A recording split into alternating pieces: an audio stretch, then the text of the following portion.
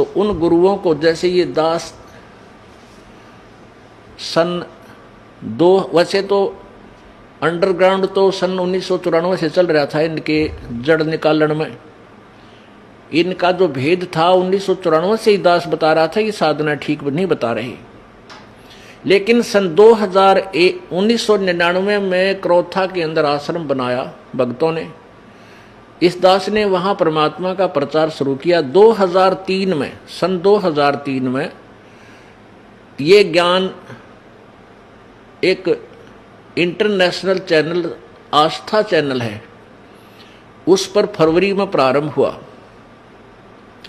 ये 6-7 महीने चला। उसके दौरान इनके शिष्यों ने जब वो साधना चैनल पर देखा, इनकी पोल खुल गई सारे संतों और पंथों की, इन्होंने हाहुल्ला मचा के और वो हमारा प्रोग्राम बंद करवा दिया। और लोगों में कहने लगे वो झूठा है, कपटी है, पाखंडी है, गुंडा है, ऐसे गुंडागर्दी करता है, आश्रम में ऐसा होता है। उनका उद्देश्य ये था कि इस रामपाल को इतना बदनाम कर दें कि लोग इसके नाम से भी नफरत करें और कोई भी शिष्य वहाँ व्यक्ति ना जावे, कहीं तुम्हारे इस अज्ञान की पोल जनता तक ना खुल जावे। उस उद्देश्य से लेकर के इन्होंने इस दास का विरोध शुरू किया। अब वो मुझे बदनाम करने में तो सफल हो गए, लेकिन सत्य को मिटा नहीं सकते। अब जैसे कंचन सोने के ऊपर गोबर डाल दे, टट्टी गेर दे और कह दे तो बहुत बुंडा है, निकम्मा है, एक ये किसी काम का नहीं है। लेकिन जिसको सोने की पहचान है, उसको पता है उस कीचड़, उस टट्टी के डाल देने से, बिस्टा डाल देने से सोने की वैल्यू कम नहीं हो सकती। जय कंचन बिस्टा पड़े घटे नेता का मोल। अब जिसको सोने का पता है ना, टट्टी कहते उस पर जहर गिर रखा, जब ठाकर धो मांझ कर पछली जेब में देख डालकर डांग ठोक देगा, देखे भी कोई ना कि देखो छीन ले। तो ऐसे ही इस दास से जो परिचित हो चुकी है पुण्यात्मा, एक भी टस से मस नहीं हुई इतनी बकवाद सुनकर। नहीं तो घर के भी मुंह फेर ले, घर वाले भी मुंह फेर ले, इतनी बूढ़ी बकवाद। और समाचार पत्रों में, मीडिया में, हे भगवान, हे परमात्मा, आखिर आ गई इस कलयुग की। कोई भी सच्ची कहानी इंसान इस पृथ्वी पर, केवल मेरे भक्तों के अतिरिक्त जिन्होंने जो मुझे पहचान चुके हैं। इसलिए यही कारण है कि जो मीडिया को ज्ञान हम एक नंबर का अच्छी आत्मा मानता था ये दास, न्यों कहा करते भाई ये बात के समाचार पत्रों में आ गई है तो सही पावेगी, सच्ची होगी। अब हमें पता लग गया है कि समाचार पत्र सच्ची लिखना जानते ही नहीं। हाँ, उनकी लिख सकते हैं जिनका दबाव है इनके ऊपर, राजनेताओं की या पैसे के पुजारी हैं ये लोग, जहां इनके अच्छे पेपर बिक जाए उनका कुछ भी लिख सकते हैं। तो पुण्यात्माओं, ये भगवान से बड़े नहीं है, ना राजा है ना कोई अन्य व्यक्ति है जो वैसे काज कितना ही अपना मुंह फुलाए फिरा रहे। समय आने पर देखना इनकी क्या दुर्गति होगी। आने वाला वो समय दूर नहीं है। ऐसा जुल्म फैल गया जनता में, भाई ने भाई देख कर राजी नहीं, बाण भाई का प्यार नहानी, पैसा पैसा नजर आता है। या बकवादें आती हैं, डीजे, शराब पीना, सरेआम बहन बेटियों के साथ बदतमीजियां होनी। ये समाज बना दिया इन नकली संतों ने। अब इसको सुधारना है, इस तत्व ज्ञान से सुधरेगा, 100% सुधरेगा, क्योंकि सब दुखी हो चुके हैं। अब एक से एक बढ़िया टेलीविजन बना लिए, दिन रात गाने फैक्स ये के बोलना FM के, और टेलीविजन इसमें मोबाइल छोटा सा, इसमें पूरी फिल्म 3-3, 4-4, 10-10 घंटे की बकवाद भर के, और सब देख देख कर छक लिए।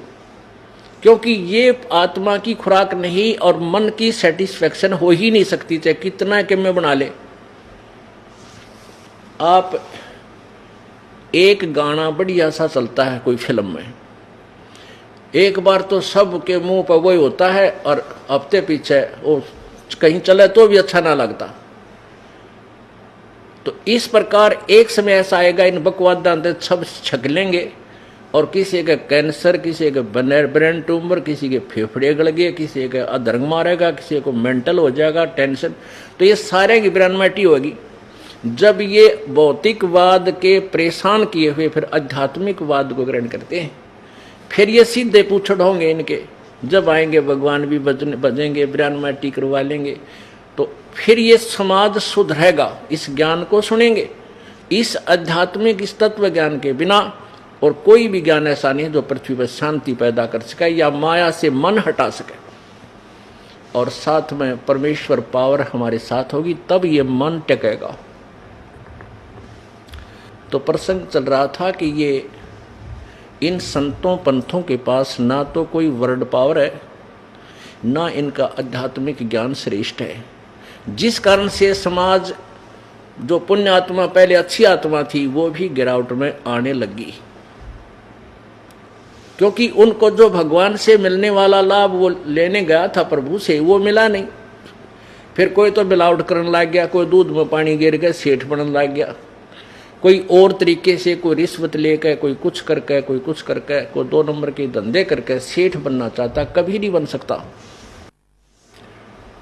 अब जो चोरी, ठगी या मिलावट, रिश्वत आदि डाके मार के जो धनी बनना चाहता है वो परमात्मा के विधान से अपरिचित है। मासा घटे न तिल बधे, विध ना लिखे जो लेख। परमात्मा के द्वारा लिखा गया प्रारब्ध, उसमें कोई भी परिवर्तन नहीं कर सकता। ना श्री ब्रह्मा जी, ना श्री विष्णु जी, ना श्री शिव जी, ना परब्रह्म, ना परब्रह्म, केवल पूर्ण ब्रह्म कर सकता है। वो परम अक्षर ब्रह्म कर सकता है, जो कंप्लीट गॉड है, जो पूर्ण परमात्मा है। तो जब जो प्रारब्ध आपका लिख दिया उसमें कोई परिवर्तन नहीं हो सकता।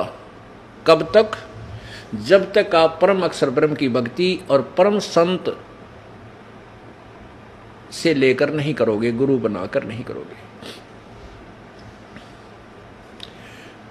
और हम दुखी हो जाते हैं तो सुख प्राप्ति के लिए, कष्ट निवारण के लिए संत, परमात्मा की तलाश में संत के पास जाते हैं, और वो संत जो विधि बताता हम करते भी हैं, फिर भी राहत नहीं मिलती। तो संत क्या कह देता है कि बेटा ये तो तेरा प्रारब्ध है, ये तो तुझे भोगना ही पड़ेगा। जब उसके सारे जंतर मंत्र फेल हो जाते हैं, फिर वो इन शब्दों पर आ जाता है और कहता है, देख भाई, भगवान श्री राम ने बाली को मारा था, सुग्रीव के भाई को। त्रेता युग में विष्णु अवतार थे श्री रामचंद्र जी, और द्वापर युग में उसने फिर श्री कृष्ण रूप में आकर के श्री विष्णु जी ने वो बदला देना पड़ा, अपने प्रारब्ध का क्रम भोगना पड़ा, और एक पारधी ने भगवान श्री कृष्ण के पैर में तीर मारकर उनकी हत्या की, बदला दिया। फिर हम वहां संतुष्ट हो जाते क्योंकि हमें ज्ञान था ही नहीं। भाई बात तो गुरु जी सही कह रहे हैं, जब श्री कृष्ण और विष्णु जी ने बदला देना पड़ा, कर्म भोगना पड़ा, किया हुआ, तो हमें भी भोगना ही पड़ेगा। अब पुण्य आत्माओं, फिर भगवान की आवश्यकता क्या रहेगी? जब हमें जिसे हमारे कर्म में फूटे फाटे उनमें दुख ठाना है, तो भगवान की क्या आवश्यकता रहेगी? अब हम मकान क्यों बनाते हैं, झोपड़ी क्यों डालते हैं? किस लिए डालते हैं? कि आने वाली प्राकृतिक आपदाएं से बचावे। अब जब तक वो झोपड़ी हमारे पास नहीं है तो ओले पड़ेंगे, वो भी सिर में लागे, बूंद बरसा आएगी, वो भी सारे कपड़े भेज दे, सब कुछ कंडम कर दे, आंधी आ गई, सब उठा पुटा के इधर फेंक के जाती रहे, सर्दी व सतावे, गर्मी भी सतावे, यानी सब कुछ ऊपर ही गिर रहा है। तो वो बचाव के लिए वो हमने जो साधन बनाया है वो उनसे बचाता है। तो ऐसे ही परमात्मा की ओट, पूर्ण ब्रह्म की जो ओट है, वो जो हमारी मदद करता है, वो कर्म के जो प्रारब्ध के जो आपदाएं हैं उनसे ऐसे बचाता है जैसे मकान झोपड़ी बचाती है।